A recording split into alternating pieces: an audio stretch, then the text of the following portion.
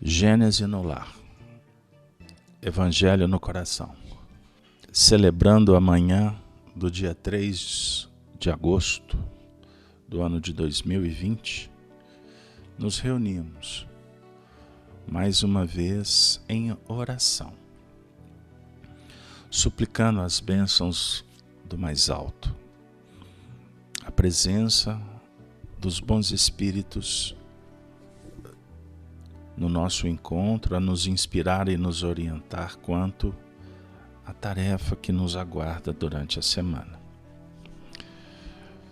Tema de hoje: perdoai, ou perdoa as nossas dívidas, perdoa, Senhor, as ofensas, perdoa-nos, Senhor, sempre as escolhas. Estamos refletindo e ao mesmo tempo em oração, nos encontramos com o capítulo 28 do Evangelho segundo o Espiritismo. Lembrando que Gênese no lar sugere um momento de interiorização, reflexão, transcendência. Não estamos aqui para fazermos estudos, pois já temos, durante a semana, muitas portas que se abrem nesse território. Portanto, ampliemos a consciência e a sensibilidade para esse convívio com as faixas superiores que nos visitam através dos benfeitores da vida maior. Estamos, portanto, trabalhando com um capítulo que nos ensina a orar. No capítulo anterior, Allan Kardec, no item 9, intitulado Pedi e obtereis, ação da oração ou da prece, transmissão do pensamento, sugere a reflexão que a prece é uma invocação, mediante a qual o homem entra pelo pensamento em comunicação com o ser a quem se dirige. Pode ter por objeto um pedido, um agradecimento ou uma glorificação.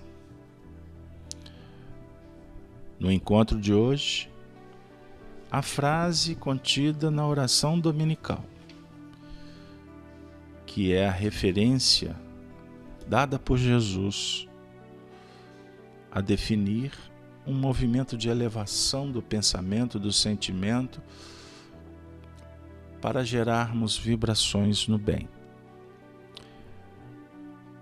A sugestão dada por Jesus e esclarecida por Allan Kardec faz parte do tópico 5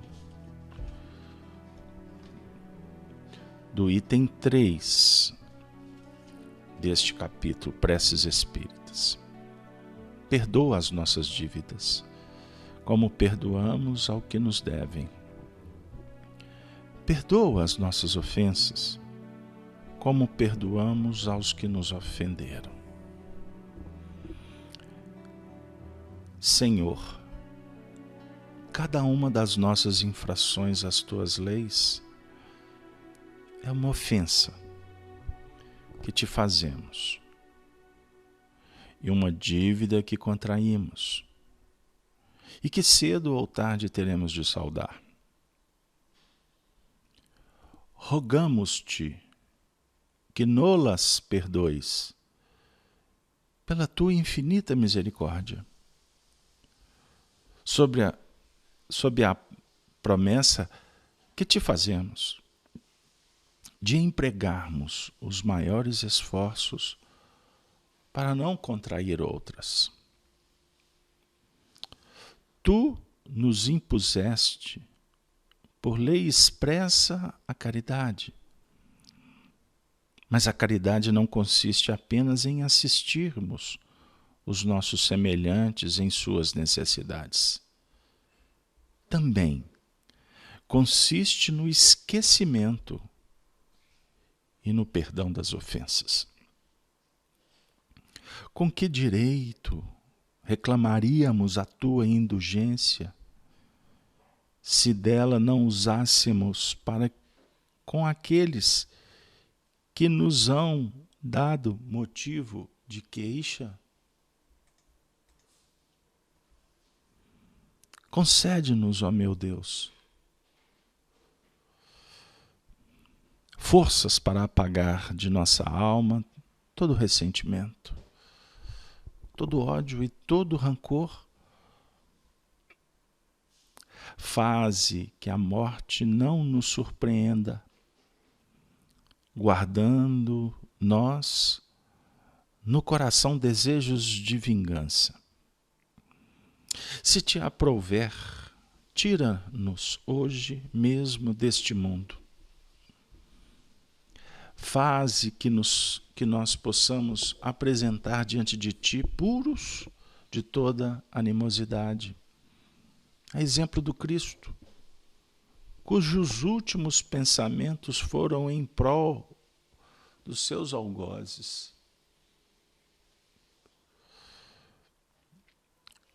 Constitui parte das nossas provas terrenas as perseguições que os maus nos infligem.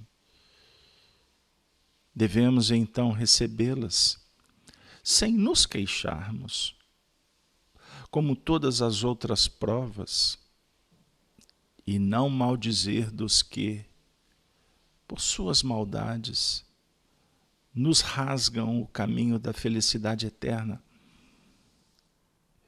visto que nos disseste, por intermédio de Jesus: bem-aventurados os que sofrem pela justiça.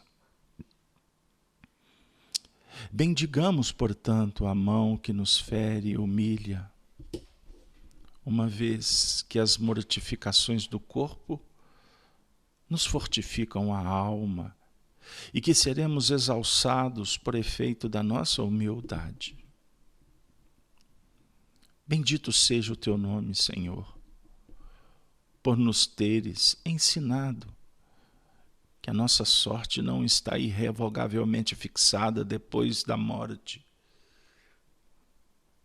que encontraremos em outras existências os meios de resgatar e de reparar nossas culpas passadas,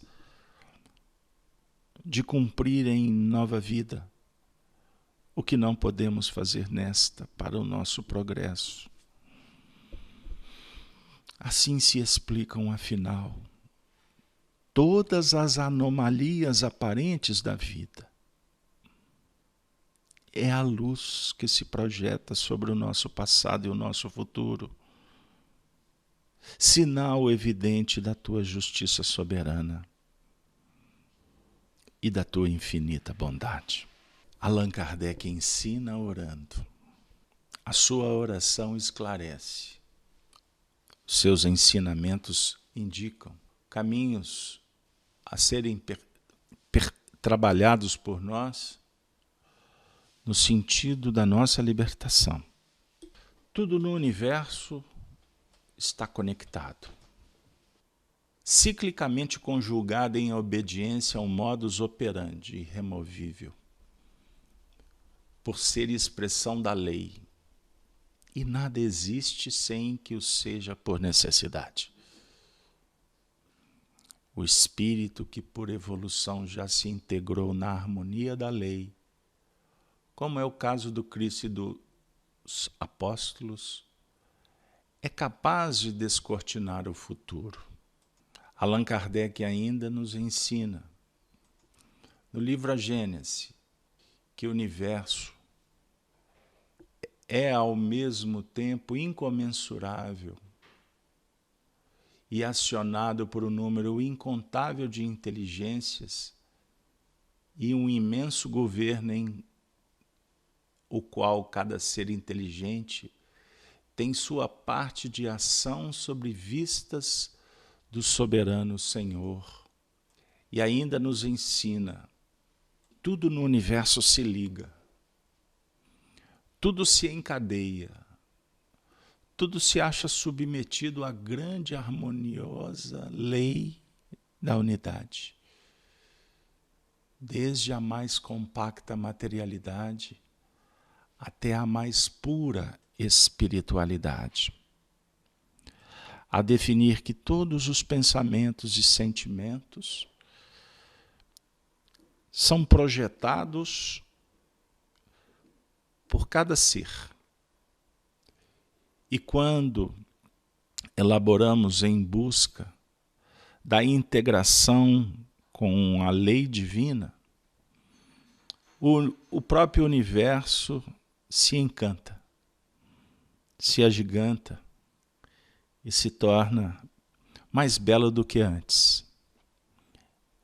Causa harmonia interior, bem-estar íntimo, um nível de felicidade que vai nos inspirando a acertar cada vez mais. Quando não, criamos dificuldades, problemas interiores,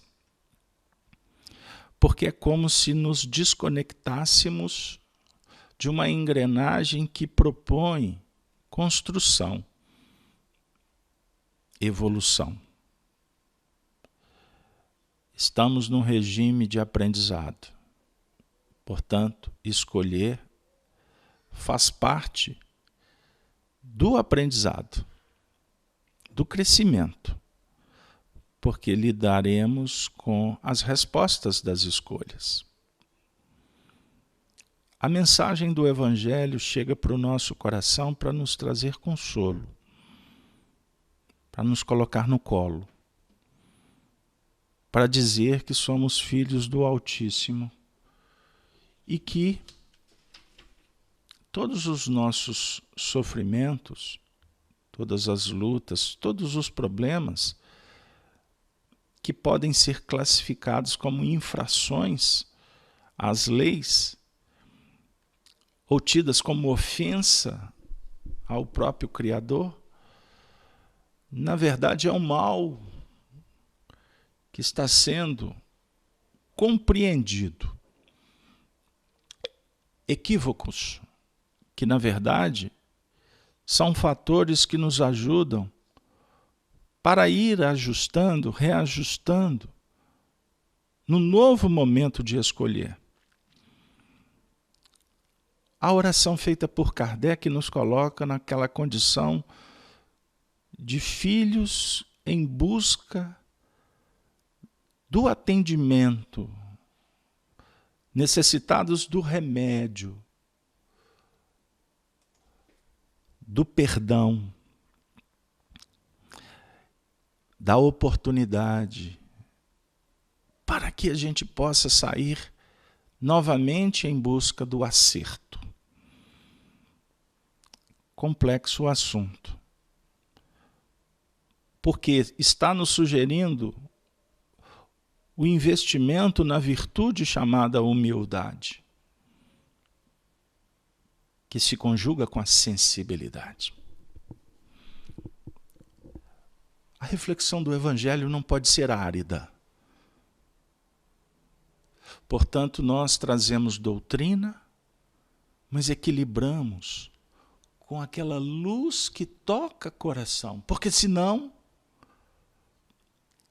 intelectualizamos uma mensagem que deveria ser impulsionadora do sentimento. Sentir melhor. Não basta só compreender. A compreensão ajuda, mas o sentir liberta. O Espiritismo, como doutrina moral, se não for engrinaldado pela presença do Cristo, será um corpo sem alma. Tanto que Kardec, orientado pelos espíritos e pelo seu gigantismo, pela sua condição de uma alma de escol, faz a conexão entre a filosofia iluminista com o Evangelho que ilumina para libertar,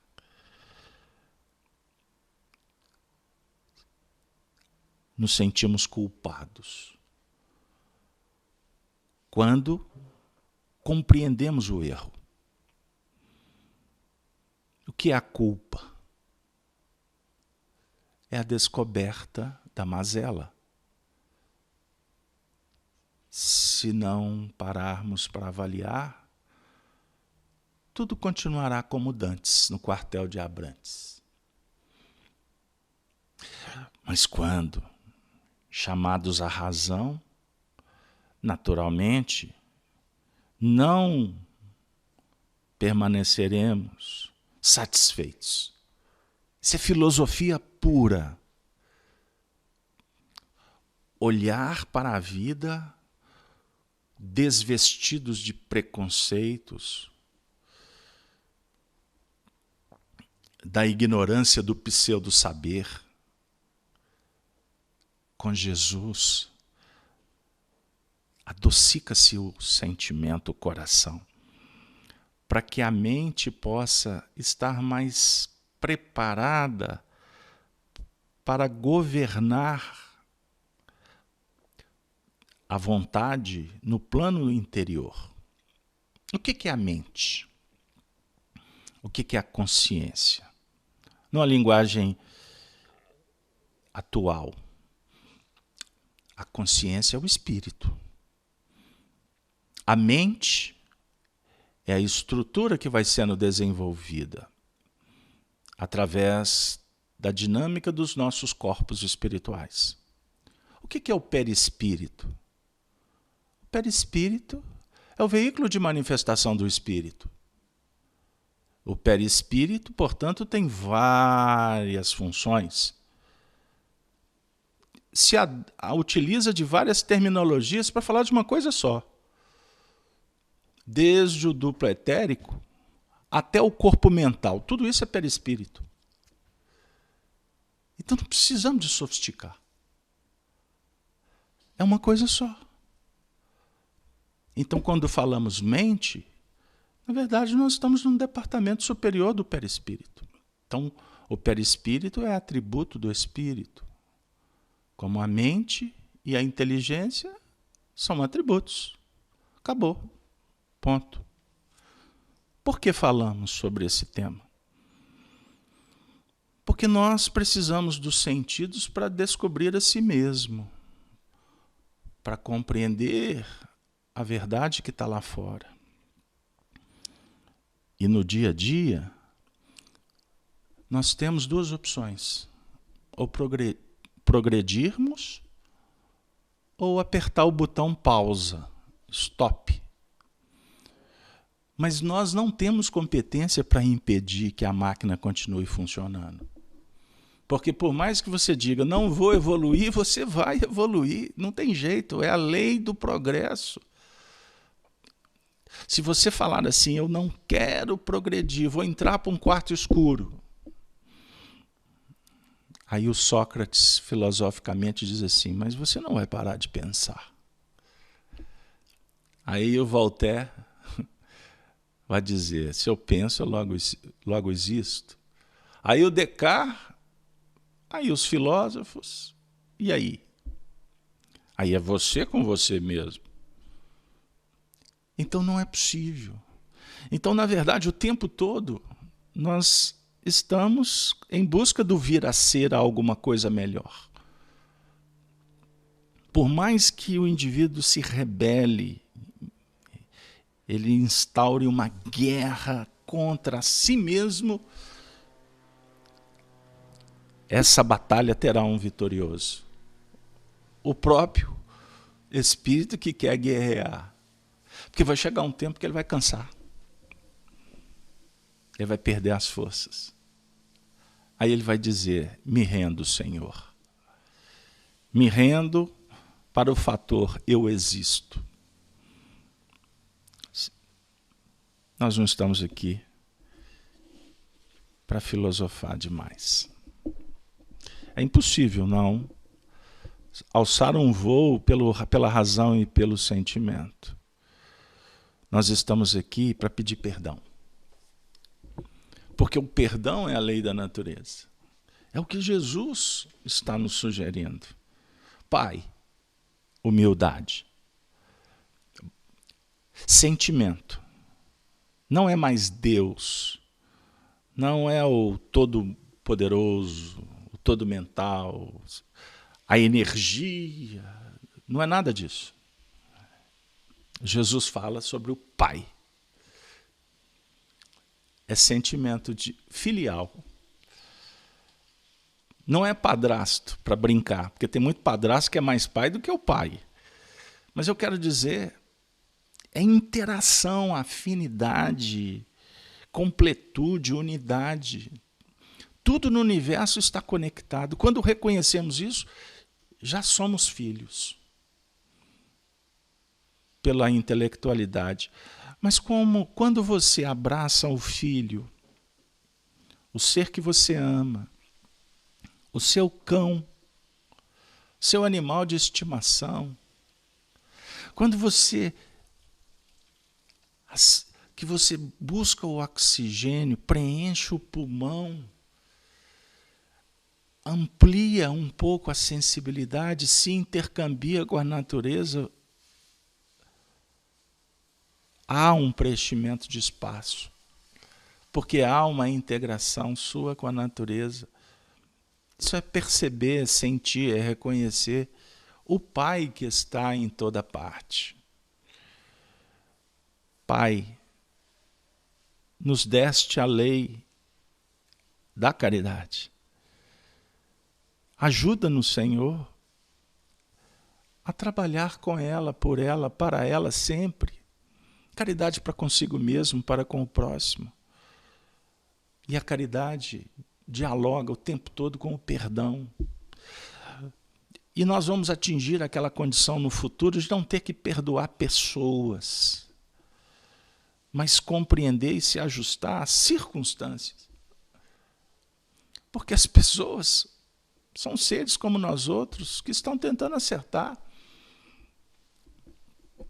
Dentro da intencionalidade, que é a psicologia, a antropologia, todas as ciências hoje chegam na seguinte conclusão, que toda a intenção é nobre. Toda a intenção busca acerto. Agora, virtude, a qualidade dessa intenção é o que nós estamos aprendendo a partir do momento em que você escolhe, que você vai colher o fruto da sua escolha.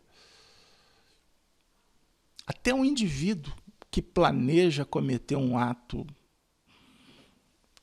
complicado, injusto, ele está utilizando a inteligência, ele está buscando algum tipo de recurso para acertar no plano. É só uma questão de polaridade. Há de chegar um tempo que essa mesma estratégia será utilizada para ajudar as pessoas. Até então, qual que é o foco? Atender o próprio interesse, o egoísmo, a ganância, a ambição, a vaidade, mas chegar-se-á um tempo que isso tudo se transformará para o altruísmo, para a solidariedade. Com isso, amigos, Pai, perdoa as nossas ofensas. Pai, nos conceda, pelo trabalho, adquirirmos coragem e forças para compreender os mecanismos da lei de unidade universal. Pai, ajuda-nos a vencer o que é tido como impossível, porque para as leis divinas nada é impossível. Impossível é o limite que determina até onde podemos ir.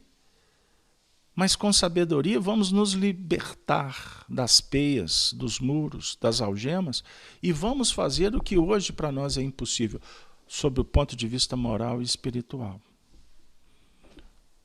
Quando Kardec fala para nós conforme a frase lida, contida no livro A Gênese, no seu capítulo 14, no item 2, que tudo no universo se liga, tudo se encadeia, tudo se acha submetido à grande, harmoniosa lei de unidade, desde a mais compacta materialidade até a mais pura espiritualidade, ele sugere que cada ação, que cada reação está dentro de um plano divino. E na lei de evolução, do progresso, cabe a cada um identificar o que lhe traz mais benefício. Portanto, sem sombra de dúvida, a nossa escolha de hoje está muito mais elaborada do que a de 10 anos atrás. E a de amanhã será melhor do que a de hoje. Porque nós estaremos com os olhos mais abertos. O óculos, para quem precisa, estará mais limpo, sem sujidades. A gente vai ver um pouco mais à frente. Por isso, meus queridos amigos, o perdão, como ensina Emmanuel, é lei da natureza que prodigaliza todos os mistérios, todas as escolhas que vão garantindo a construção de um novo tempo. Tempo e espaço, energia, vibrações, pensamentos, sentimentos, interação com o semelhante. Estamos tendo a oportunidade de participar da obra, do todo. Isso nos causa bem-estar. Quando estamos dialogando, convivendo, e as manifestações são nobres, são justas, projeta o bem-estar, a alegria, motivação de estar junto, não é assim? Quando temos um encontro de família, que está todo mundo vibrando na mesma faixa. Quando estamos no nosso trabalho desenvolvendo uma ação coletiva, que todos estão contribuindo e a gente consegue construir uma ideia, pôr em prática uma ação, ficamos todos contentes. Quando estamos numa casa espírita, orando, socorrendo a dor, minimizando os sofrimentos, acolhendo corações encarnados e desencarnados, quando a gente termina dizendo, Senhor, muito obrigado, a gente não fica tão feliz? Portanto, o perdão, sob o ponto de vista da proatividade ou da sinergia no bem, ele não só é remédio, mas é um quanto impulsionador para se agir cada vez de uma forma mais aprimorada. Um exemplo, quando existe uma desarmonia, uma distonia, um problema entre dois seres, leve isto para o seu dia a dia e vamos ao nível da ciência comprovatória chegar na constatação do que, de uma forma carinhosa, respeitosa, eu vou projetar. Se enquanto você ficar amargurado, discutindo com seus botões se você está certo ou errado, se o outro está exigindo demais, atropelando, brigando, está obsediado, observe que você só vai afundar numa areia movediça chamada egoísmo, vaidade. E o que vai acontecer com a relação? Deteriorização. Faça um teste. Pare de brigar com a vida e seja proativo. Jesus não fala para sermos omissos. Ele fala para que sejamos integrados no bem. Não valorize a treva, a sombra. Foca a luz. E dê uma nova chance para si mesmo e para o outro. Portanto, comece mentalmente a vitalizar a relação. Porque mentalmente brigando com o mundo, você vai tirar a seiva da planta e ela vai morrer. Faça esse teste no dia a dia. Com a sua esposa, com o seu marido, com seus filhos. Observe como que tudo muda quando alguém cede. Ou quando alguém diz assim, deixa pra lá. Aí tudo recomeça. É uma segunda-feira. É um novo ciclo. Aí é como se o ambiente se tornasse leve. É quando a gente acalma o tumulto interior. E realmente o sol brilha e tudo recomeça na vida. Faça esse teste, para não dizer que o que eu falei aqui você já constatou. Nós compreendemos que tem momentos que fragilizados nos encontramos. Decepcionados, desiludidos. Ok. Quando isto acontecer, confie em Deus. Lembra-te que os espíritos estão do teu lado te ajudando. E que eles não olham para você e para o outro como alguém que está errado. Não, eles são justos. Eles dão valor a todas as necessidades e esforços. Eles apoiam você e apoiam aquele possível companheiro que está errado. Porque eles não estão fazendo juízo de valores. Eles sabem que o que vale é a experiência. Essa questão de certo e errado tem a ver com passionalidade muitas vezes. Porque a cada um é dado segundo suas obras. Cada um vai despertar, cada um vai se reajustar no tempo certo. Por isso é que tudo no universo está ciclicamente concatenado a definir que o tempo é generoso. E que nós estamos em nível espiritual procurando essa integração com o todo e com a perfeição. Confie em Deus. Emmanuel conclui o nosso encontro ao nível do coração, reputo. No livro Alma e Coração, na lição de número 60, ele diz assim: nunca percas a esperança, por pior a situação em que te vejas, e jamais condenes alguém que se haja embarafustado no labirinto da provação. O momento mais áspero de um problema pode ser aquele em que se lhe descobre a solução. E em casos numerosos, a pessoa que te parece mais censurável, no mais grave delito, será talvez aquela que menos culpa carregue na trama do mal, que as sombras entreteceram. De certo que haverá corrigenda para o erro nas trevas, pelos mecanismos da ordem, tanto quanto surgirá remédio para os enfermos pelos recursos da medicina. Observa, no entanto, o poder misericordioso de Deus nos menores distritos da natureza. A semente sufocada é a que te sustentará o celeiro. A pedra colocada em disciplina é o agente que te assegura firmeza na construção.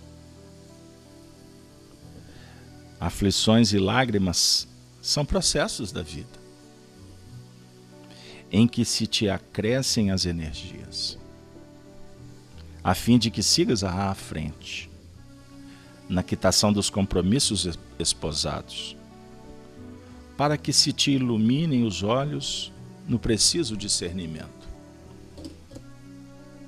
Nos dias difíceis de atravessar, levanta-te para a vida, ergue a fronte, abraça o dever, que as circunstâncias te deram e abençoa a existência em que a providência divina te situou.